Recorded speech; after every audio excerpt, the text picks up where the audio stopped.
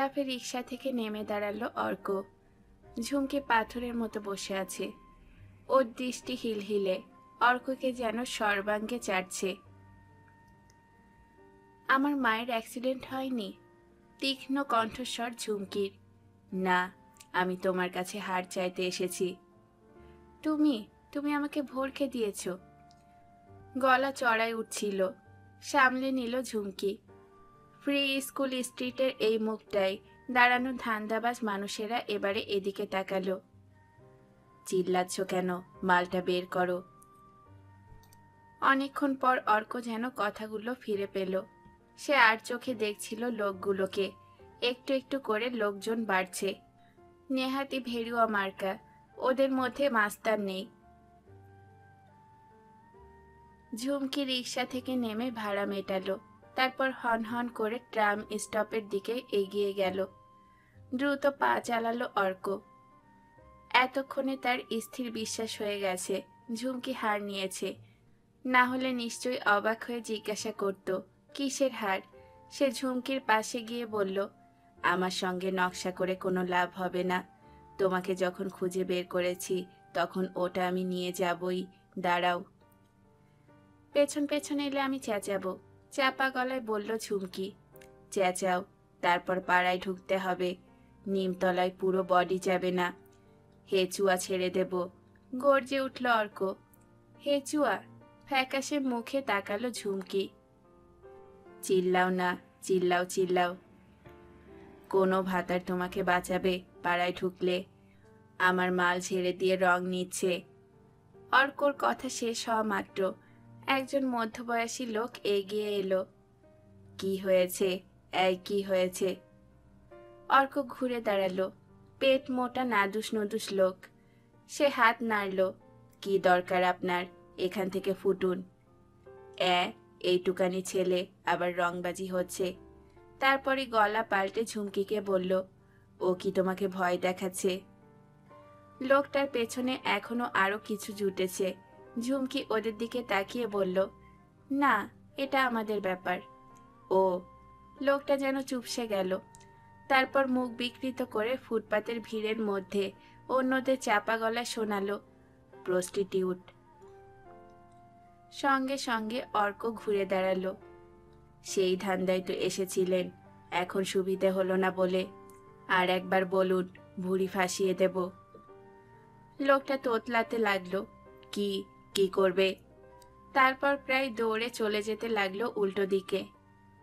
আর সঙ্গে সঙ্গে ফাঁকা হয়ে গেল ভিড়। এই সময় ঘন্টা বাজিয়ে একটা ট্রাম সামনে চলে এলো। ঝুমকি উঠতে যাচ্ছিল। অর্ক দ্রুত তার সামনে চলে এসে মাথা নাড়ল। হার না দিয়ে যাওয়া চলবে না। কিসের হার? এতক্ষণে ঝুমকি কথা বলল। ওর চোখ এবার অর্কর মুখের ওপর স্থির। কিসের হার মানে? কলতলা থেকে যেটা কুড়িয়ে পেয়েছ ওটা যে তোমার, তার প্রমাণ কি? আবার নকশা হচ্ছে। আমি প্রমাণ দিলে মিস ডি হওয়া বেরিয়ে যাবে। অর্ক চোয়াল শক্ত হলো। তোমার হার বাড়িতে জানে? না। হঠাৎ কেমন অসহায় বোধ করল অর্ক। ওই বাড়ি শব্দটাই তাকে যেন ঈষৎ শীতল করে দিল। ঝুমকি যদি মাকে গিয়ে বলে তাহলে হাজারটা ঝামেলা বাঁধবে। নিজের অজান্তেই গলার স্বর নরম হয়ে গেল অর্কর। ওটা আমার পরিচিত একজনের হার। তাকে ফেরত দিতে হবে। না দিতে পারলে আমি বিপদে পড়ব। কার? তুমি চিনবে না, খুব বড় লোক। বড় লোক? বড় লোক তোমাকে হার দিতে যাবে কেন? দেয়নি, কিন্তু আমি নিয়েছি তা জানে। ঝুমকি, তুমি হারটা ফেরত দাও। প্রায় অনুনয়ের গলায় বলল অর্ক। আমার কাছে নেই। কার কাছে আছে? আমি জানি না। কথাটা শেষ করে বুকের ভেতর থেকে একটা রুমাল বের করলো ঝুমকি। বেশ মোটাসোটা গিট বাঁধা। 300 টাকা পেয়েছি, ইচ্ছে করলে এটা নিতে পারো। মিথ্যে কথা বলছি না, 300 টাকা দিয়েছে। হাত বাড়িয়ে রুমালের পুটলিটা এগিয়ে ধরল ঝুমকি। তুমি তুমি বিক্রি করে দিয়েছ? প্রায় কোকিয়ে উঠল অর্ক। ঝুমকি মাথা নাড়ল। বিক্রি না, বন্ধক। আমি কি জানতাম ওটা তোমার হার? কলতলার ইটের কোণে পড়েছিল। টাকাটা নেবে? পাগলের মতো মাথা নাড়ল অর্ক। না না, টাকা দিয়ে আমার কি হবে? হার না পেলে, হার না পেলে। অর্ক চোখ জ্বলছিল। কার কাছে বন্ধক রেখেছ? তাকে আমি চিনি না, মিষ্টির চেনা লোক। মিষ্টি? দূর, মিষ্টি কেন হবে? মিষ্টি, তৃষ্ণা পাল, আমাদের ওখানে নাচ শিখে এখন খুব নাম করেছে, শোনোনি? অর্ক পাগলের মতো মাথা নাড়ল। এক্ষুনি চলো ওর কাছে। অসম্ভব, আমাকে টাকা দিয়ে ও প্রোগ্রামে চলে গেছে। ডায়মন্ড হারবারে হোল নাইট প্রোগ্রাম, সকালে ফিরবে, তখন যেতে পারি।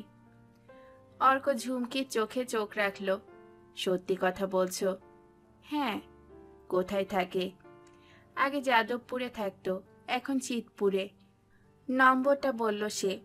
কাল অবধি অপেক্ষা না করে উপায় নেই। অর্ক ছো মেরে ঝুমকির হাত থেকে রুমালটা নিয়ে নিল। কাল সকালে আমার হার চাই। ঝুমকি নীরবে মাথা নাড়ল। এই সময় আরেকটা ট্রাম এগিয়ে আসতেই অর্ক লাফ দিয়ে উঠে পড়ল। একদম ফাঁকা ট্রাম। ঠিক ড্রাইভারের পেছনের সিটে গিয়ে জানালার ধারে বসল অর্ক। ঝুমকির দিকে আর তাকায়নি সে। কিন্তু ঝুমকিও একই ট্রামে উঠে লেডিস সিটের দিকে না গিয়ে সোজা অর্কর পাশে গিয়ে বসে পড়ল। বিরক্ত হলো অর্ক, কিন্তু কিছু বলল না প্রথমে। ট্রামটা যখন ওয়ালিংটন ঘুরে বউবাজারের দিকে ছুটেছে, তখন ঝুমকি বলল, তুমি কি হারখানার বেশি দাম পাবে? চমকে উঠল অর্ক। মানে? ঠোঁট ওল্টালো ঝুমকি। মালটা তো বেচে দিতেই হতো। কে বলল? জানি বাবা, জানি। খুড়কি আমার কাছে একবার একটা আংটি 7 দিন রেখে 100 টাকায় ঝেড়ে দিয়েছিল। অবশ্য আমাকেও 10 টাকা দিয়েছিল খুড়কি। সত্যি বলতে কি, ওর দিল আছে। তোমার সঙ্গে যে খুড়কির এত ভাব, তা তো জানতাম না। এককালে ভাব ছিল, তখন এইসব লাইন চিনতাম না। এখন চিনলে কি করে? মালতীদি নিয়ে এলো, তারপর কপাল। তবে 1 বছর পরে আমি আবার ওপাড়ায় থাকবো না। খুড়কির মতো 10টা কুকুর তখন আমার পা চাটবে। ফোকটে অনেক দিয়েছি। ঠোঁট কামড়ালো ঝুমকি। আমাকে কিছু দেবে তো? অর্ক অবাক গলায় বলল, কেন? বারে, মালটা ঝেড়ে দিয়ে কামাই করিয়ে দিলাম যে। অর্ক হিস হিসিয়ে উঠল। তোর বাপের জিনিস যে ছেড়েছিস, কাল সকাল 10টায় ট্রাম রাস্তায় চলে আসবি। বলেই উঠে পড়ল। দ্রুত দরজার দিকে এগিয়ে গেল, ঝুমকিকে কিছু বলার সুযোগ না দিয়েই। কন্ডাক্টর হাত বাড়িয়েছিল, কিন্তু অর্ক ইশারায় ঝুমকিকে দেখিয়ে দিয়ে নেমে পড়ল চলন্ত ট্রাম থেকে। নকশা, মনে মনে খিস্তি করল অর্ক। শেয়ার চাইছে, ফোট। কিন্তু আর একটু থাকলে টিকিটটা কাটতে হতো। 3বার ট্রাম পাল্টে অর্ক শ্যামবাজারের মোড়ে যখন পৌঁছে গেল, তখন রাত 9টা। অন্যদিন হলে এখান থেকে হেঁটেই ফিরত, কিন্তু আজ পকেটে টাকা আছে। আরজি কর পুলের তলায় রাত 9টায় হাওয়া খারাপ হয়ে যায়। সে দেখল কালীবাড়ির সামনে শেয়ার ট্যাক্সি লোক ডাকছে। দেখে দেখে 5 জনে উঠে বসা ট্যাক্সিতে উঠে পড়ল সে। সঙ্গে সঙ্গে ট্যাক্সি চলতে শুরু করলো। আরজি কর হাসপাতালের সামনে দিয়ে ওরা যাওয়ার সময় ওর বুক ধকধক করে উঠল। লোকটা বেঁচে আছে কিনা কে জানে। ভগবান যদি মেরে ফেলে, তাহলে 5 টাকার ভোগ দেবে সে। ব্রিজের ওপর থেকে গাড়ি নামা শুরু করলে ও খুব অবাক হয়েছে, এমন ভাব করে বলল, আপনি ডানলপে যাচ্ছেন না? ট্যাক্সিওয়ালা ঘাড় নাড়ল। না, নাগের বাজার। আরে, আমি ডানলপে যাব। সঙ্গে সঙ্গে অন্য 5 জন যাত্রী বলে উঠল, ভুল ট্যাক্সিতে উঠেছে, নামিয়ে দিন বেচারাকে। ইস, কতটা দূর ফিরতে হবে। ট্যাক্সিওয়ালা বেলগাছিয়া মোড়ে গাড়ি থামালো। না দেখে ওঠো কেন? আমি একটা প্যাসেঞ্জার লস করলাম, একটা টাকা দিয়ে যাও। অর্ক দরজা খুলতে খুলতে বলল, এত রাত্রে আমি চিনতে পারিনি। অন্য যাত্রীরা হা হা করে উঠল। আপনি মশাই কষাই নাকি? ঠিক পেয়ে যাবেন প্যাসেঞ্জার, সামনে চলুন চলুন। এই যে ভাই, উল্টো দিকের স্টপ থেকে বাস ধরে শ্যামবাজারে ফিরে যাও। ট্যাক্সিটা চলে যাওয়া অবধি অর্ক কোনো রকমে দাঁড়িয়ে থাকলো। তারপর আনন্দে একটু নেচে নিল। জোর একটা ঢপ দেওয়া গেল। পা বাড়াবার আগে রুমালটা ভালো করে দেখে নিল সে। একটা মাল রাখা দরকার সঙ্গে, না হলে যে কোনো দিন ফুটকুড়ি হয়ে যেতে পারে। ঈশ্বরপুকুর লেনের মুখে আসতেই ও দাঁড়িয়ে পড়ল। খুরকি সেই দুটো লোকের সঙ্গে যাচ্ছে। কিলার কাছে শুনেছে ওই লোক দুটো ওয়াগন নিয়ে কারবার করে। খুরকি যেদিন ওয়াগনের কারবার করতে যায় সেদিন পাড়ার কারোর সঙ্গে মেশে না। কারবার হয়ে যাবার পর 10 দিন এদিকে আসে না। আজ তাহলে ওদের মশলা আছে। কিলা ওদের সঙ্গে নেই, অথচ কিলাকে খুরকি কথা দিয়েছিল এবার যাওয়ার সময় ওকে পার্টনার করবে। ঈশ্বরপুকুর লেনে ঢুকতেই ঝামেলা। সাদা রঙের একটা প্রাইভেট রেশনের লরির সামনে আটকে গেছে। পেছনে 2-3টে রিক্সা ঠেলা মিলে জোর ঝামেলা। এইসব মওকা কাজে লাগায় বিলুরা। রেশনের লরির কাছ থেকে কিছু পাওয়া যায় না, কিন্তু প্রাইভেট যদি অচেনা হয় তাহলে তাকে কিছু ছাড়তেই হবে। অর্ক দ্রুত এগিয়ে গিয়ে দেখল পাড়ার 4টে ছেলে ড্রাইভারের সঙ্গে ঝামেলা করছে। পেছনের সিটে এক ভদ্রলোক হেলান দিয়ে অলস চোখে ওদের দেখছেন। এত চেঁচামেচিতেও ওর কিছু এসে যাচ্ছে না। গিলে করা পাঞ্জাবি আর ধুতি লোকটার কুচকুচে কালো চুলের প্রৌঢ় শরীরটার সঙ্গে চমৎকার মানিয়েছে। অর্ক এক নজরেই বুঝতে পারল পার্টি হেভি মালদার। কিন্তু এই ছেলেগুলো রুই মাছকে পুঁটি বানিয়ে ছেড়ে দেবে। সে এক হাতের ধাক্কায় রিকশাকে সরিয়ে চেঁচিয়ে উঠল, কি হয়েছে, কি হয়েছে এখানে? একজন জবাব দিল, প্রাইভেট রং সাইডে ঢুকেছে। অর্ক ড্রাইভারের দিকে ঝুঁকে বলল, কি ব্যাপার? ড্রাইভার পেছনে মুখ ফিরিয়ে নিতেই বলল, हाँ साहब, बोला था आपको, मत आइए, ये बहुत खतरनाक জায়গা है। ভদ্রলোক একটু বিচলিত না হয়ে বললেন, লরিওয়ালাকে বলো বাঁদিকে গাড়িটাকে সরিয়ে নিতে। অর্কর মনে হলো এই লোকটা খুব সহজে মুরগি হবে না, একটু বাজিয়ে দেখা দরকার। সে খুব মাতুব্বারের মতো বলল, এই রাস্তা বেশি দূর যায়নি, আপনি কোথায় যাবেন? আমি এখানেই যাব। ঈশ্বরপুকুর লেনের এ পাশটায় অনেকগুলো কোঠা বাড়ি, সেখানে ভদ্রলোকরা থাকেন। এই নিয়ে অবশ্য কিলারা প্রায়ই ঝগড়া করে। কি, কোঠা বাড়িতে থাকেন বলেই ভদ্রলোক হয়ে গেছেন, তাই না? মেরে বাপকে হিজড়ে বানিয়ে দেব। তাই এই লোকটা কি সেই রকম কারুর কাছে যাচ্ছে যারা ওদের চিৎকার কানে গেলেই ভয়ে জানালা বন্ধ করে, রাস্তা দিয়ে হাঁটে চোরের মতন চোখ নামিয়ে? বোধহয় বজ্র মাধবের বাড়িতে যাচ্ছে। তবু সে যাচাই করার জন্য জিজ্ঞাসা করল, কত নম্বর? বা ভদ্রলোক পাঞ্জাবির পকেট থেকে দুধের চেয়ে সাদা রুমাল বের করে নাক মুছলেন। 3 নম্বর ঈশ্বরপুকুর লেন।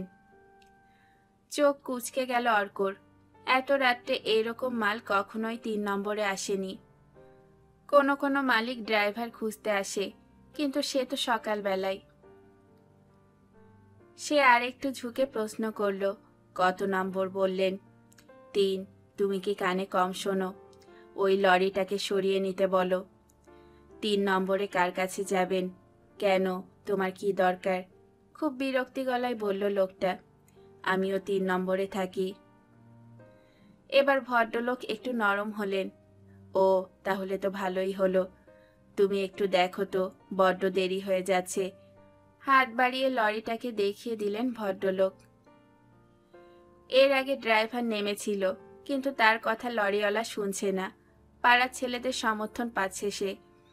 অর্ক চটপট ভেবে নিল প্রাইভেটকে হাত করতে হবে, 3 নম্বরে যার কাছেই যাক। কেন এই পথেই যেতে হবে? সে কয়েক পা এগিয়ে ছেলেদের বলল, সরে যা, কেস জন্ডিস। তারপর ইশারায় লরিওয়ালাকে ব্যাক করতে বলল। মিনিট 3 লাগলো রাস্তা পরিষ্কার হতে। ভদ্রলোক বললেন, তুমি একটু উঠে আসবে ভাই, আমি তো চিনি না। অর্ক এইটাই চাইছিল। সে গাড়ির দরজা খুলে সিটে শরীর রাখল। পাড়ার ছেলেরা তাকে ঈর্ষার চোখে দেখছে বুঝতে পেরে সে কার্নি মারল।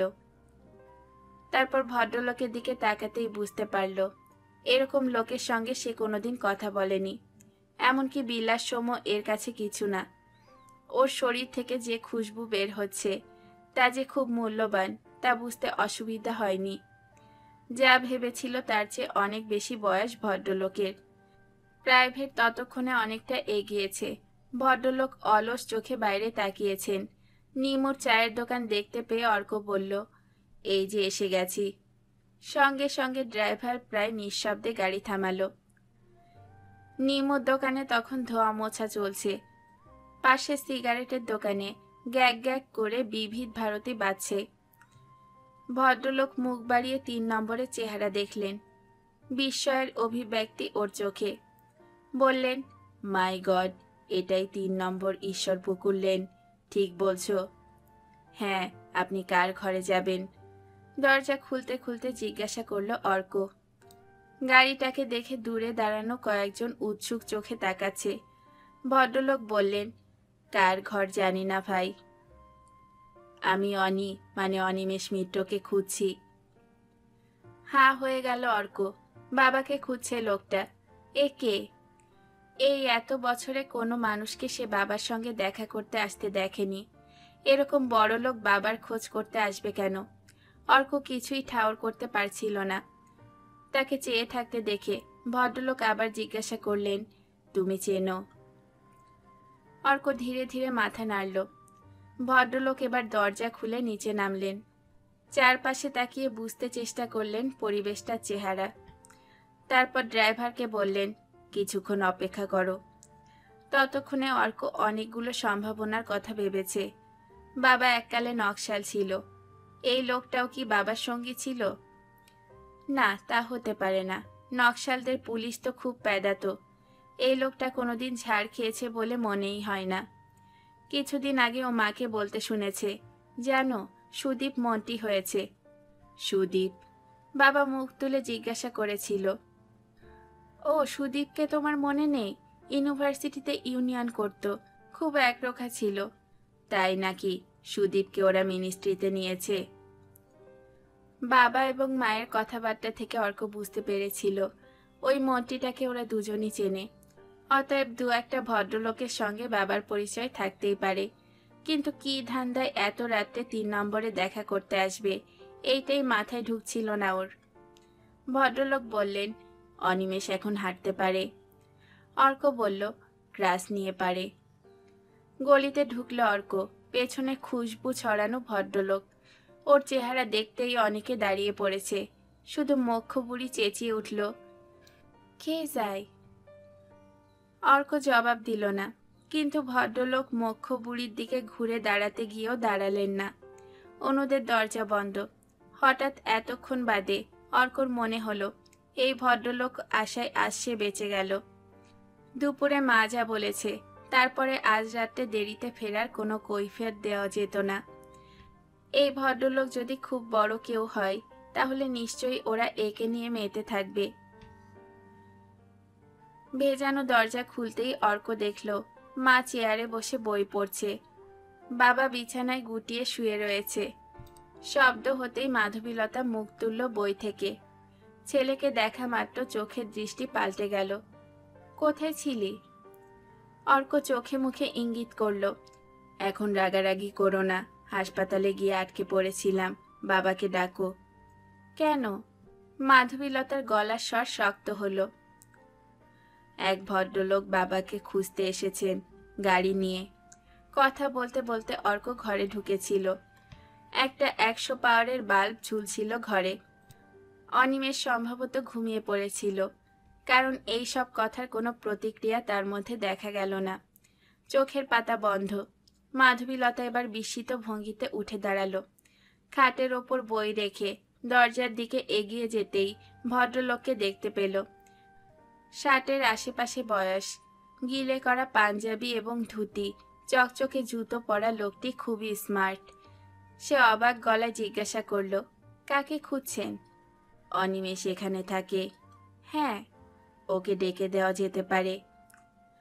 মাধবীলতা ঘাড় ফিরিয়ে অনিমেষকে দেখল মরার মতো ঘুমোচ্ছে। ট্রাম লাইন অবধি ক্রাস নিয়ে হেঁটে শরীর কাহিল হয়ে পড়েছে। তাছাড়া মনও খুব বিক্ষিপ্ত ছিল। অবিনাশদের প্রস্তাবের কথা সে বলেছে মাধবীলতাকে। শুনে আঁতকে উঠেছিল মাধবীলতা। তোমার কি মাথা খারাপ হয়েছে? আর কখনো তুমি এমনি করে কাজ খুঁজে বেড়াবে না। এখন অনিমেষকে ডাকতে মায়া লাগছিল মাধবীলতার। সে মুখ ফিরিয়ে জিজ্ঞাসা করল, আপনার নামটা? আমি অনিমেষের কাকা। মাধবীলতা চমকে উঠল। সে জানে না কেন সমস্ত শরীর তার রোমাঞ্চিত হতে লাগলো। সে চট করে আঁচলটা মাথায় তুলে নিল। আপনি আপনি ছোট কাকা? হ্যাঁ, আমি ওর ছোট কাকা, প্রিয়তোষ মিত্র। ও কোথায়? মাধবীলতা দ্রুত এগিয়ে প্রিয়তোষকে প্রণাম করল। আহা, থাক থাক। প্রিয়তোষ সরে দাঁড়াতে গিয়েও পারলেন না। মাধবীলতার হঠাৎ খুব আনন্দ হচ্ছিল। এই প্রথম সে অনিমেষের নিকট আত্মীয় কাউকে দেখছে। আর তখনই দুপ করে আলো নিভে গেল। কেউ একজন চেঁচিয়ে বলল কোনো ঘর থেকে, জ্যোতিবাবু চলে গেলেন। মাধবীলতার মনে হলো সমস্ত পৃথিবীটা তার সঙ্গে শত্রুতা করছে। এই মানুষটা প্রথম যখন এলো তখনই আলো নিভল। রোজই অবশ্য ঠিক 10টায় লোডশেডিং হয়, তাই বলে এখনই 10টা বাজতে হবে? সে বলল, আপনি একটু দাঁড়ান, আমি আলো জ্বালছি। দ্রুত ঘরে ঢুকে সে হারিকেন খুঁজতে খুঁজতে অন্ধকারেই উঠে এলো ছেলের কাছে। যা, প্রণাম কর, তো ছোট দাদু। তারপরে আবার হারিকেন জ্বালাতে ছুটল। মিটমিটে আলো ঘরে ছড়ালে সে হারিকেনটাকে টেবিলের ওপর রেখে অনিমেষের কাছে চলে এলো। এই এই, শুনছো? চাপা গলার ডাকে অনিমেষ নড়ে চড়ে উঠল। আলো নেই। না, তাড়াতাড়ি ওঠো। কেন? অনিমেষের চোখে বিস্ময়। সদ্য ঘুম ভাঙার পর সে আবছা আলোয় মাধবীলতাকে অন্যরকম দেখছিল। ছোট কাকা এসেছেন। কথা বলতে বলতে মাধবীলতা ঘরের দিকে তাকাচ্ছিল। সর্বত্র এলোমেলো, অমন মানুষকে বসানো যায় না। দ্রুত হাতে সবচেয়ে ভালো বিছানার চাদরটা বের করে খাটের ওপর পাততে পাততে বলল, সরো সরো, এটাকে পাততে দাও। আহা, বসে আছো কেন? অনিমেষ তখনও অন্ধকারে। কে এসেছে বললে? ছোট কাকা, তোমার ছোট কাকা। গভীর কুয়োতলা থেকে ভুস করে অনিমেষ উপরে উঠে এসেছিল। কোনো রকমে বলল, ছোট কাকা, বলে নেমে দাঁড়ালো ক্রাশ ভর করে। হ্যাঁ, চাদর ঠিক করে মাধবীলতা দরজায় গিয়ে বলল, আসুন। বাইরে তখন উকিঝুঁকি চলছে প্রিয়তোষকে কেন্দ্র করে। এরই মধ্যে মাধবীলতা লক্ষ্য করেছে সে বলা সত্ত্বেও অর্ক বাইরে গিয়ে প্রিয়তোষকে প্রণাম করেনি। প্রিয়তোষ দরজায় দাঁড়িয়ে চমকে উঠলেন। এ কি, অনি! অনেকদিন বাদে অনিমেষ লজ্জা পেল। খালি গা, কোমরের নিচ থেকে লুঙ্গি এবং বগলে ক্রাশ নিয়ে যে অভ্যেস হয়েছে তা এতদিনে চট করে বেমানান মনে হলো। সে খুব সহজ হবার চেষ্টা করল। কবে এলে তুমি? এ কথার জবাব দিলেন না প্রিয়তোষ।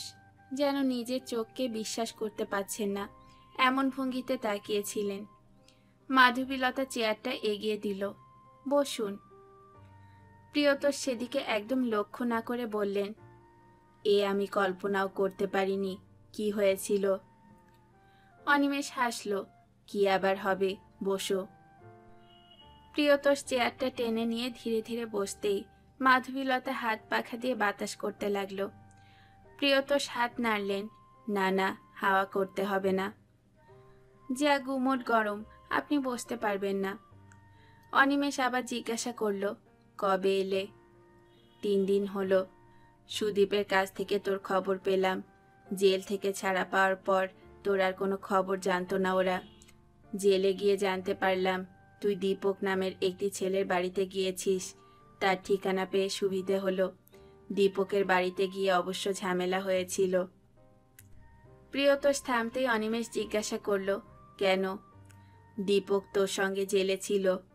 বছর 5 হলো সে মারা গেছে। তার ঠাকুমা পাগল হয়ে গেছেন, মাও অ্যাবনর্মাল। অনেক কষ্টে এই ঠিকানা পেয়ে এলাম। প্রিয়তোষ অনিমেষকে খুঁটিয়ে দেখছিলেন। দীপক মারা গেছে। সেই বোবা হাবা ছেলেটা। অনিমেষ চোখ বন্ধ করল। তারপর নিজেকে ফিরিয়ে আনতেই জিজ্ঞাসা করল, তুমি সোজা মস্কো থেকে এখানে এলে? না, নিউ ইয়র্ক থেকে। আমার কথা থাক, আগে তোর কথা আমি শুনতে চাই।